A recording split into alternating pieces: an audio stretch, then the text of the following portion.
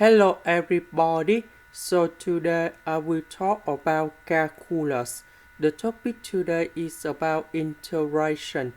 So now I will show you how to answer.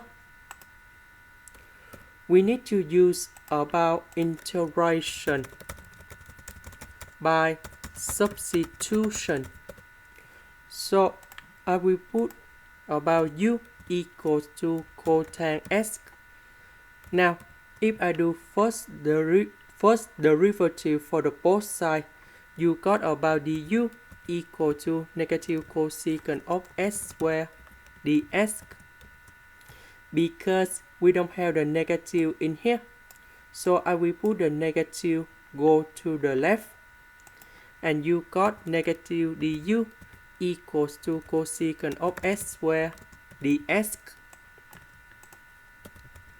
So this one we change by u, and you got u to the power of 4. This one we change by negative du.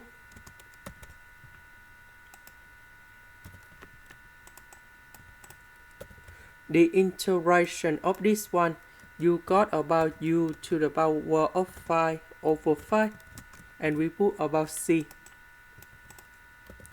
About u, that is about cosine s.